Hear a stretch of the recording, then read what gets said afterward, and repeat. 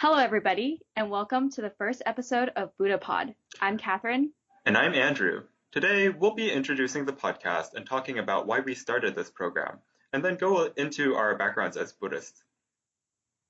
So, Andrew, tell me about your first inspiration for this podcast. Okay, let's put me on the spot here. Sure. It's your idea. Yeah, it was my idea. This isn't my first podcast. I've done one before, but schedules ended up changing and that podcast ended up taking a very long break. But I was thinking that podcasts are really accessible to a lot of people, and I wanted one, especially focusing on younger Buddhist voices and sharing this sort of perspective, Mm-hmm. since we're both college students and whatnot. Yeah, for sure. And I feel that college is a time where you really discover yourself and your faith. And I've seen, like, for instance, on Facebook, I would see like my friends from high school, like them getting really intense about their faith, like in college, or on the other side, it would just like they would completely forget about it. And so like when you pitched me this idea about this podcast, I thought it was really cool because I think some people, I think in college, like they're looking for something new. And so like this podcast is a really good way to like, I guess, introduce people about Buddhism, and like if they have an interest in this, then like they don't have to go like read the sutras because that's really hard. They can just listen to this and see like if it's right for them. Definitely, yeah. That reminds me of when I was first starting off as a young Buddhist quite a few years ago. There weren't very many resources like this online, and so I did start off reading sutras, and that was probably not the best way to start. I remember it was because I was at a temple event and I was reading the Heart Sutra, which, I mean, to me still doesn't make a lot of sense at some parts, but like, I can't say that I really understand the full Heart Sutra, but at that point I was just like, these are just words going over my head. I have no idea what this is saying right now. And so I think things like these, like podcasts, video lectures, even introductory books to Buddhism are a lot more accessible to people and serve to guide people in. Yeah, for sure. And for those listening who don't know about the Heart Sutra, it's this very concise piece of Buddhist scripture, and it contains basically all of the Buddhist teachings. But I mean, you can Google it online, like you're welcome to go read it, but it's definitely something that's not easily digestible, even though it's very short. It's one of the shortest sutras out there. So we might get to it at some point. I don't know, but for now, I think talking about like just our personal experiences with Buddhism and how it has helped us and like what we've learned from it, I think it's a good place to start. Yeah, definitely. So, should we start with you and how you got into Buddhism? Yeah, sure. So I started going to, okay, so background about me, I was born in the US, but as I was growing up, I lived in Taiwan and also China, which were both predominantly, I would say, like Buddhist countries. But I wasn't really Buddhist then. I think my family, we had a statue of Guanyin Bodhisattva, also known as Avalokitesvara Bodhisattva, and that's like one of the most famous like Buddhist figures in the whole world, I would say. But I wouldn't even like categorize my family as Buddhist. They're probably just superstitious, I would say, and they don't really know about like if you ask them like what's the Four Noble Truths, what's the Noble Eightfold Path, like they wouldn't really know. And so I grew up in that kind of environment where temples were a norm and like Buddhist statues were a norm, but I didn't really learn Buddhism. And in my adolescent years, I was actually a Christian. So I lived with like different family friends and they were Christian, so I also went to church with them. And I think I treated it more of like when I went to Bible study, I treated it more of as a just like a field of study, like a class, and I didn't really treat it as my faith per se.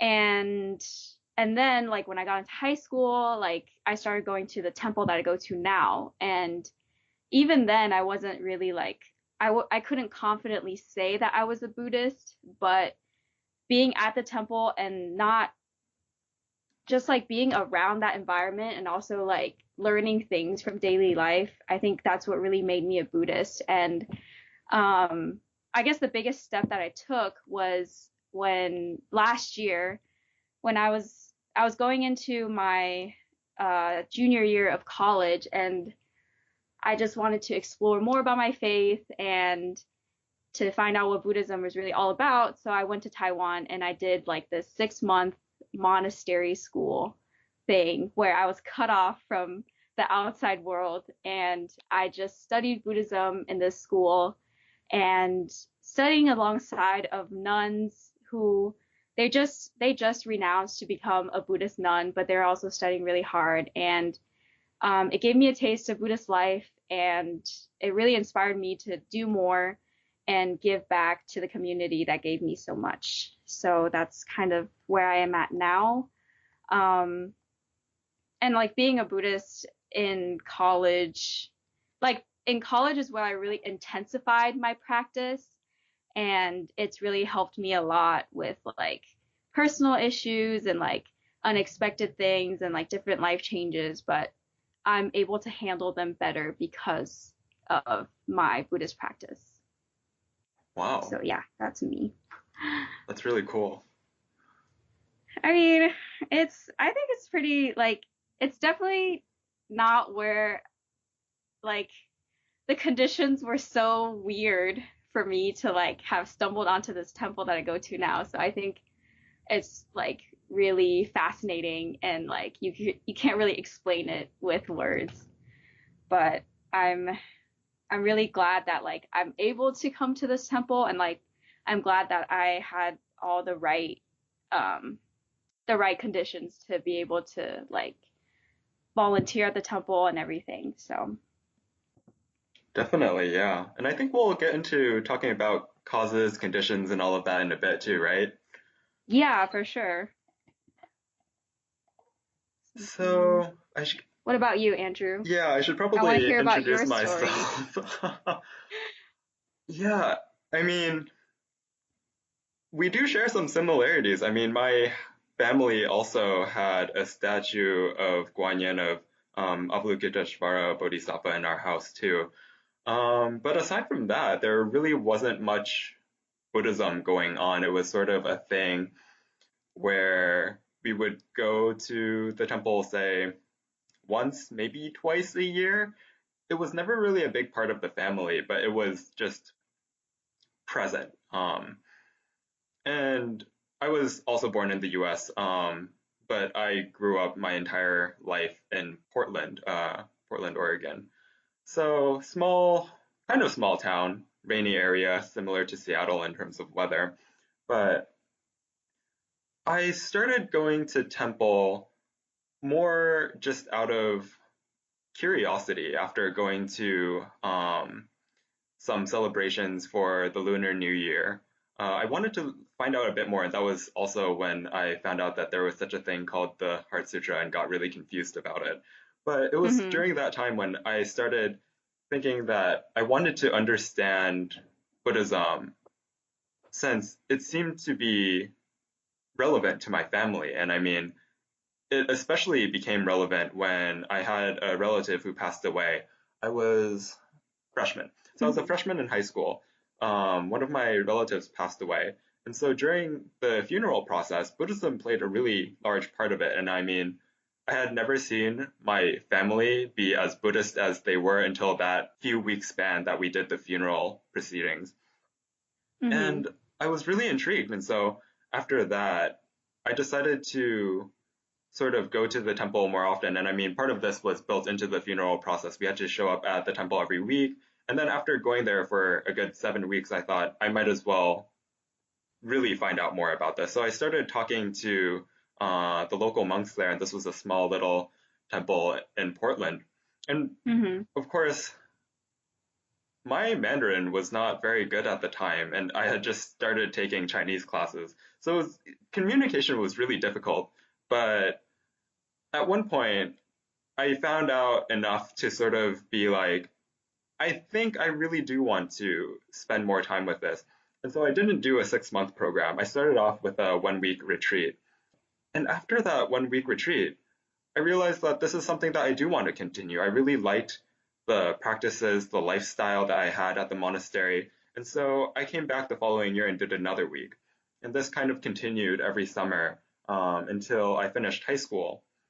And again, with very strange conditions, I had actually applied and gotten into a college in Southern California, which is really close to the temple that I was doing retreats at.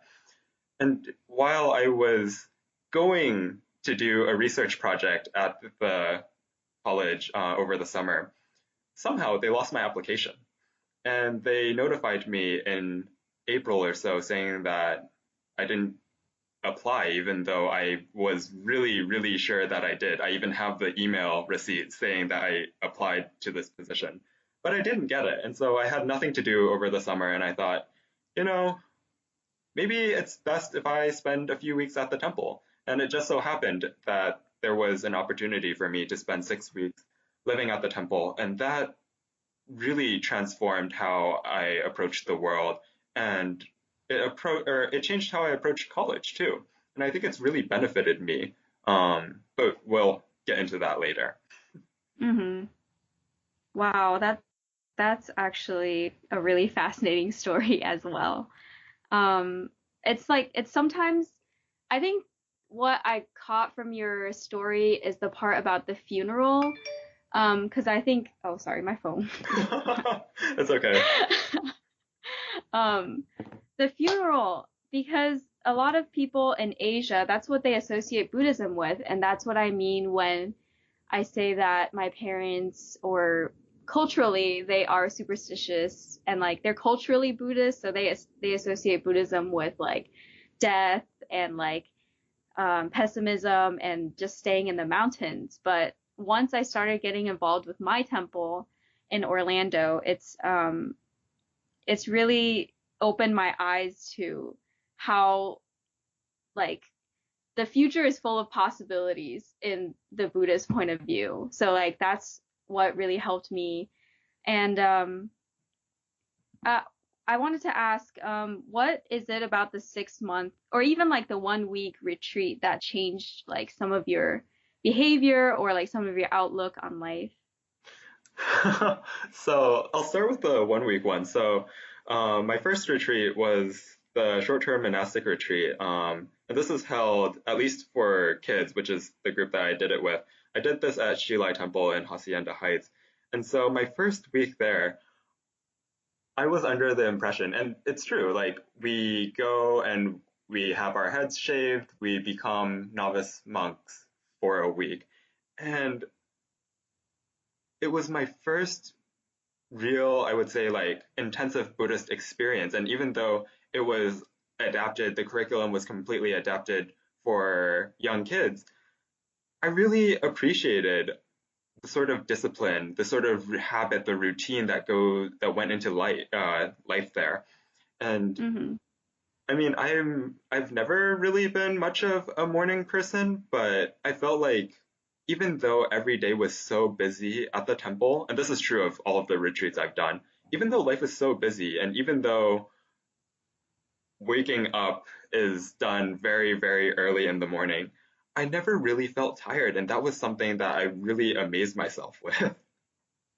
Oh my gosh, I actually, oh my Buddha. But that is actually, that's something that I relate to so much because while I was away in the Taiwan monastery, Foguangshan in Kaohsiung, that's what I guess we were living life so routinely, but every day was like a full day. Like you cannot waste a second or a minute there. Like life was so busy there. But I always felt like really energized, and sometimes I would even wake up before the signals, which is the drum and the bell. That there's this huge drum and bell on either side of our school, and they would hit it in the morning and before we went to sleep. And it's just I never realized that life could be so simple with like, because a lot of times I worry, like after I came back from the Buddhist college, like I worry about a lot of things like my grades and my family and stuff like that, just little things. But when I was there, I could really utilize my time and not waste my time on um, like swiping my phone or something. You have no phone to swipe. Yeah, exactly. They take all that away from you. But I mean, Uh, part of like before I went to the retreat, I was really worried. I was thinking like, and at that time I just got a smartphone, and so I was thinking that will I be able to last a week without my smartphone? But hey, I've lasted how many years before smartphones existed in my life? It was perfectly fine right. without it. And so I think sort of the difference, and we both started our Buddhist path sort of through these retreat programs. I think being able to live a simple life and realize that there is so much value in living a simple life, that living a simple life doesn't mean living a boring life, and that living a simple life doesn't mean living a meaningless life. Every day at the monastery, like you said, was packed full with things. And I think that each day there was so valuable to me. Whereas here, honestly, I might have everything that I want to do, but I don't get up until, say, 11 a.m. and there goes half a day wasted. Right. There's no motivation there. And I think also what I learned is that I learned to be more mindful of my time and also more grateful for every day that I was able to wake up and just, like you said, we both experience like this busy lifestyle, but there are some moments where you just kind of realize that there's nature around you and you're more mindful of other things bigger than yourself. And that's what really changed my perspective on a lot of things. Instead of just, I think a lot of worries that I have now is self-centered and related to myself, which is normal. But when I'm at the monastery, is like I have to be aware of other people and be mindful of other people, and so it made me a better like team player, I would say. Definitely. Oh my gosh. So before spending time at a Buddhist monastery, I never thought much of lining up. But when you do it like 20 times a day and you're always waiting for one or two people, it becomes really annoying. And I remember when I was at the monastery, I was just thinking like, oh my goodness, how long is it going to take them? Like everybody else is already in line, hurry up. Um, but then sometimes I would be the one who would be last, and like it made me sort of be more self-conscious about what I was doing and whether or not I was managing my time well, because that would affect all of my neighbors and all of the other people in my class. And then Hmm. actually my favorite part about living in the monastery would be meal times, and not just because the food was great, but more because I had never really spent that much time thinking about my food. So whenever we have meals in the monastery, we would start with a sort of offering prayer.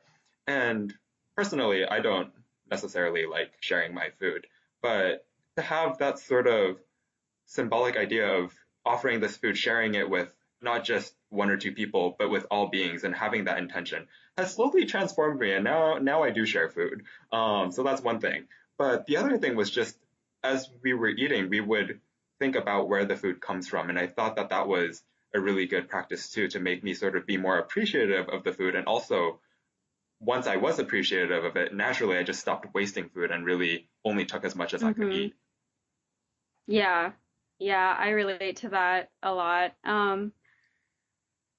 I think like the part about I think when you said like when you were the one that was late, I think on a bigger scale too, when we interact with people like face to face, sometimes we forget to think from another person's perspective. And in a monastery, like everyone is living together and everyone has to interact with everyone every day. So there's really no hiding to your own room and think about your problems or like sulk because you share a room with like 10 other people. And I think like just from the lining up, you can learn a lot about like interpersonal connections and like how to deal with people on a day-to-day basis. Just thinking from their perspective, it'll make your life and also their life a lot easier because you're not just thinking about yourself and what you need. And I think that's what we need sometimes when we have disagreements or like when we're having an argument. The understanding really needs to be there for our relationships to go smoothly. Definitely, yeah. But I was thinking as we were talking about our experiences in Buddhism and how both of them have to do with intensive retreats, most people, I would say, don't have the opportunity to do these retreats though. And I know I agree. that, I mean, I wish that more people had the ability to do these retreats, but I know that a lot of people, especially for college students, are busy over the summer. There are internships, there's research, there's so many things competing that a lot of times spending a month at a monastery is just not a possibility. Right. So I was thinking we should probably talk about things that our listeners can do very concretely, wherever they might be. Okay, I think that's a good start. Um, First of all, I would say go visit a temple and if you haven't been to one yet, and just really try to make connections and with the people there and see where, what their community is like. So me and Andrew, we actually belong to the same temple. We're just at different branch temples. So our headquarters is located in Taiwan, where I had my Buddhist retreat, and we're different coasts. So, but but I know that our temples, we don't have branch temples like everywhere.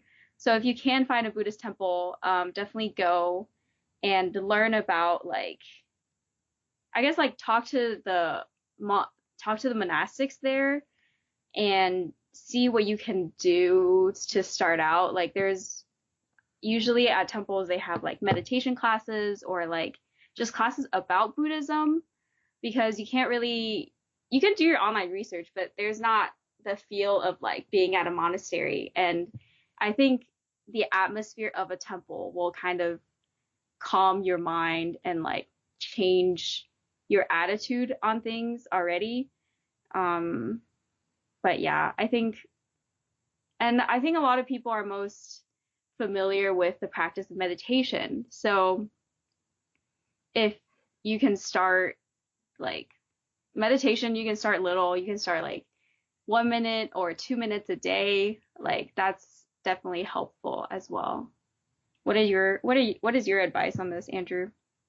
I would agree. I think that nowadays there are temples everywhere, essentially. And I mean, for people who live in rural areas, it might not be very close by. But I think in every major city in the US, there should be a temple. And while there are a lot of different schools of Buddhism, I think the best way to start is really just by starting with what you have. So, for example, I didn't start with Fo Guangshan, this organization, this monastery. I started off in Portland where there is no branch. So I just went to the local temple for a good 5, 6 years before I came down to Los Angeles for college. And during that time, I was able to interact with quite a variety of Buddhist organizations. Portland is a very, I guess, popular place for Buddhism. And so I would go to a Chinese temple, say on Sundays, and then on Thursday nights, I would actually go to Buddhism classes at, quite interestingly enough, a Presbyterian church. So they would Oh, meet, wow. yeah, in the basement of a Presbyterian church. And so I would go there for Thursday night Buddhism classes. in a Japanese tradition.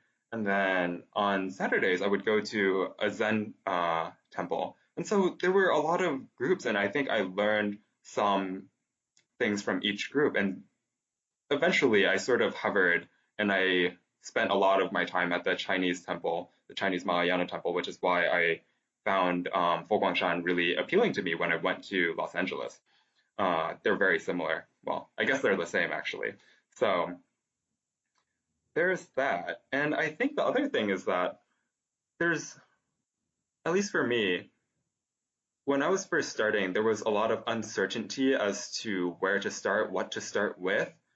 But really, I think the best thing to do is to start.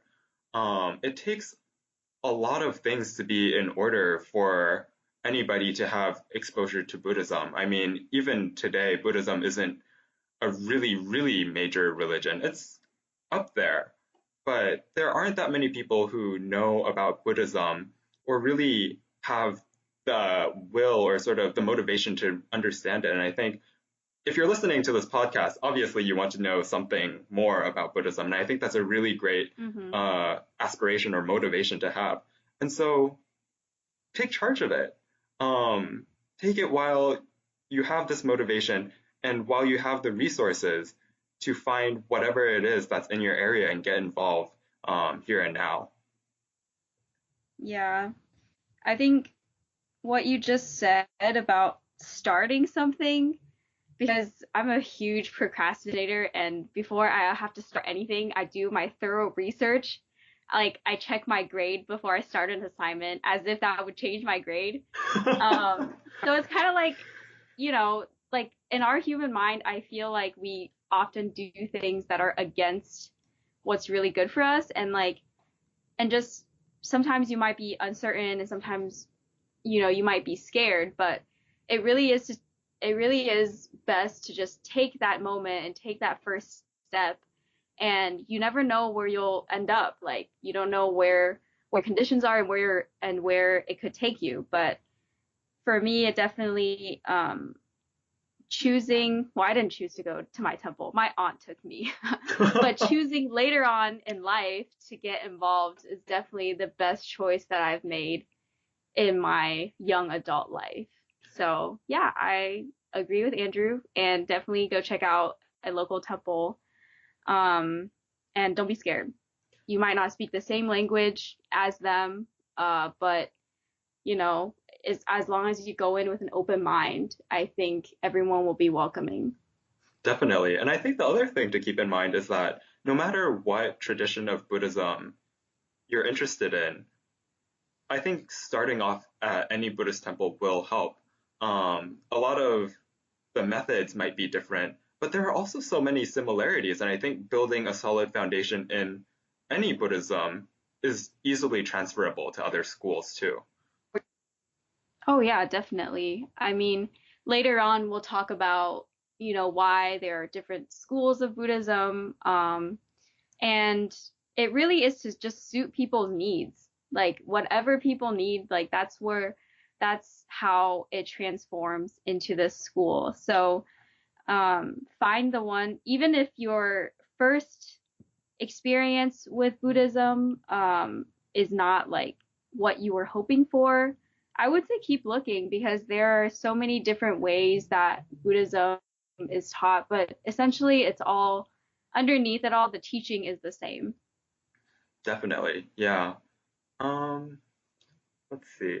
Is there anything else that you wanted to talk about for today's episode?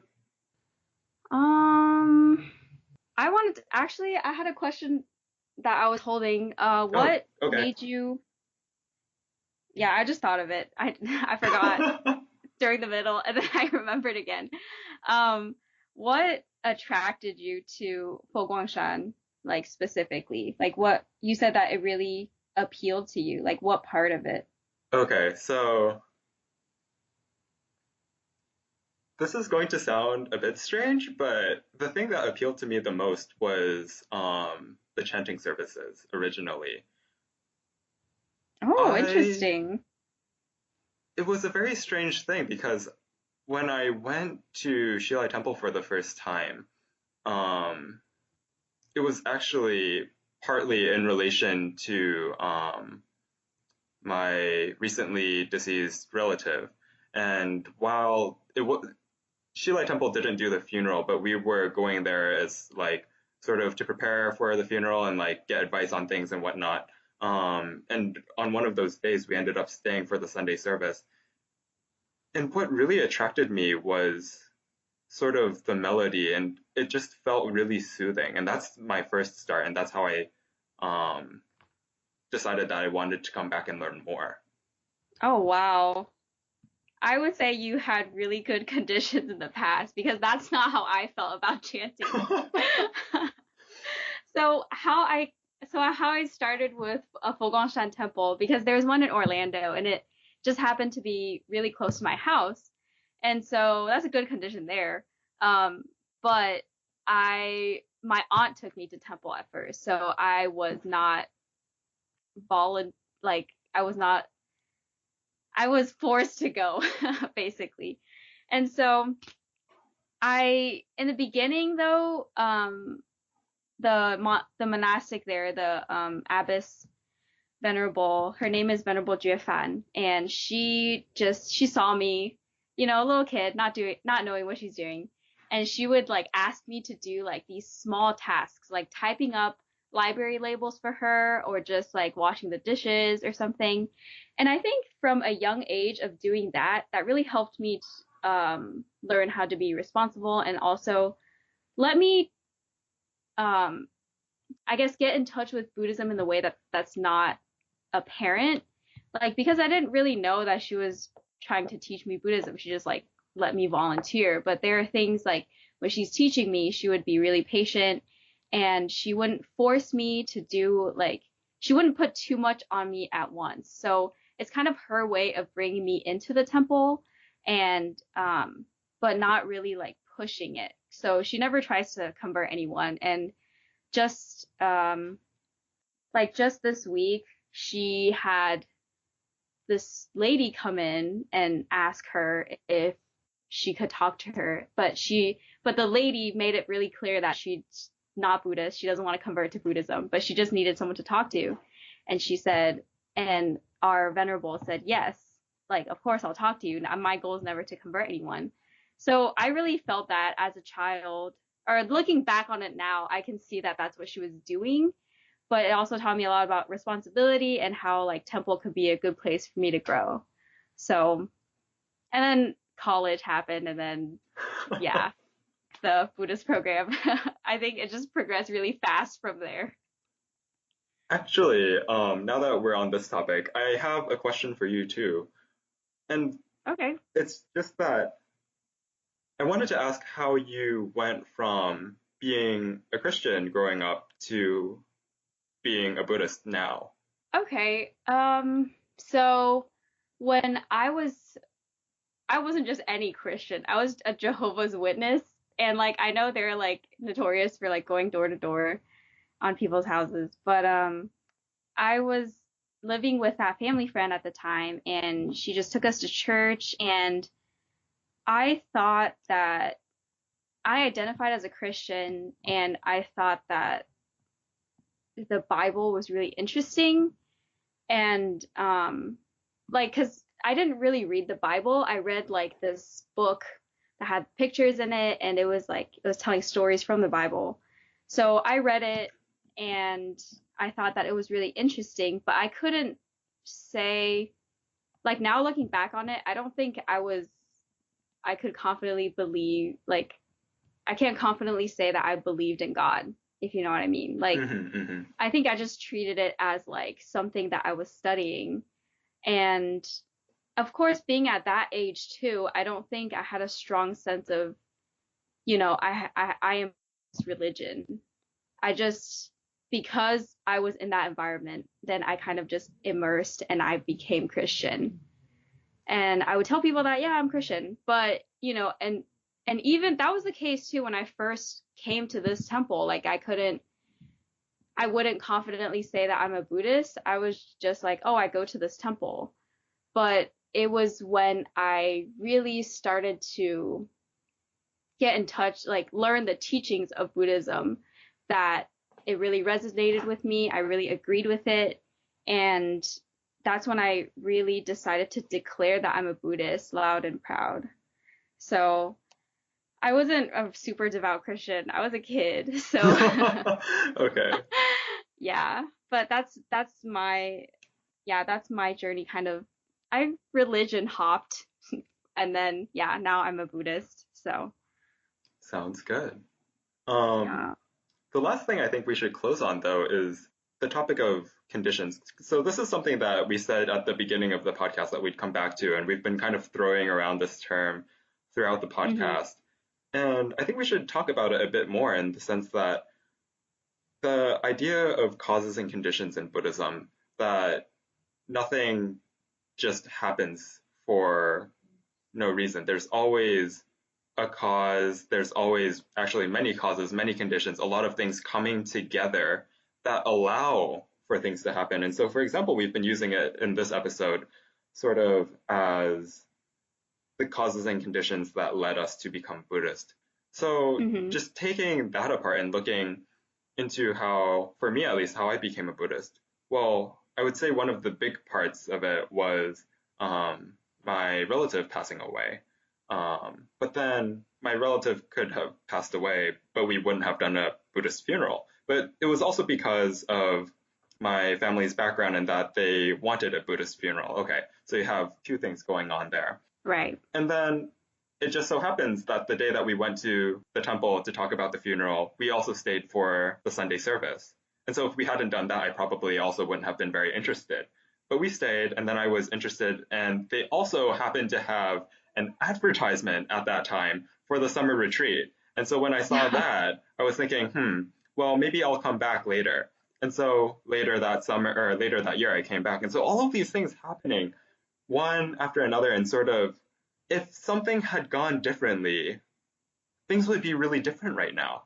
But it's because of all of these conditions coming together that we are what we are today. Yeah, we're making this podcast together. Oh, yeah. Oh, my goodness. I think we should also talk about all of the causes and conditions that came into this podcast because all of it was so surreal. Like, I never thought that I would meet you. You live a good thousand so miles away from me. We're not even in the same time zone. Like, what the heck? Yeah, I Um, know. We don't even we all live on literally opposite coasts of the United States. I guess how I met you was what year, what month is this? I met you last year in July, right? oh, yeah, yeah, After yeah, I came yeah. back. Yeah, that was my first time meeting you, and we never even talked in person except that one time that I don't really remember.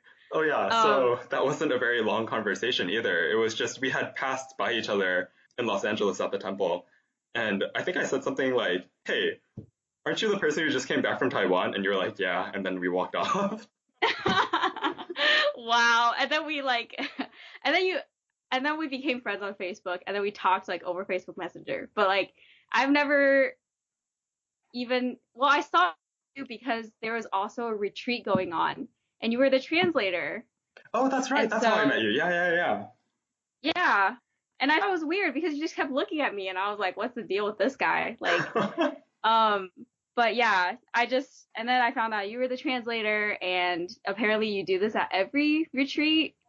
Um, so that's really cool that, because like, okay, so how I'm involved with my temple also is that I'm the president of the youth group at the temple called Young Adult Division.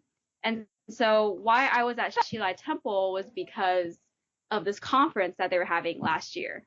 So if it wasn't for me being involved in YAD and going to Taiwan and going to Shilai Temple, I would have never met you. And if the retreats weren't on the same days, then yeah, we would have just passed by each other. Causes and conditions, of course. But Uh, I guess this is also the time to sort of thank everybody who's helped bring this podcast to life. I mean, we have a very beautiful website thanks to some of my Dharma friends in Portland. And we have a very beautiful logo because I reached out to a Buddhist artist and he finished this logo in a week. And oh I'm yeah, the logo is amazing. I'm really happy at how it turned out. And I'm really surprised that all of this came together. I never imagined when I talked to you about the podcast at first. I never thought it would be this big of a thing. I thought it would just be like the two of us talking and then having like maybe two views ever. Oh yeah, that's what I thought in the beginning too. I mean, at the time when you pitched the idea to me, it was like kind of during the middle of the semester, and I was really unsure because like of my schedule, but now that finals are over, we could do this and hopefully keep it up. Is there anything else that we want to talk about before we end today? Oh yeah, what's our website? Oh, buddhapod.org. Yes, and that is I shouldn't have to spell it out. Yeah, Yeah. but it's buddhapod.org. Yes. So, all right. Well, it's been a really good conversation, and I've had such a good time talking with you today, Andrew. Thanks for inviting me on this project, and I'm really excited of how things are going to turn out in the future. No, definitely. Yeah. I think it would be really weird and awkward if this podcast was just me. So thank you for also being the other half of this podcast. Um, Yeah, no problem. yeah. So to all of you listening, we'll see you again next week. If you have any sort of comments, questions, ideas that you want to pitch to us for future episodes, just shoot us an email through the website or through our Facebook. And one last time, I'm Andrew. And I'm Catherine. Thanks for listening Thank to you. Buddhapod and see you next week.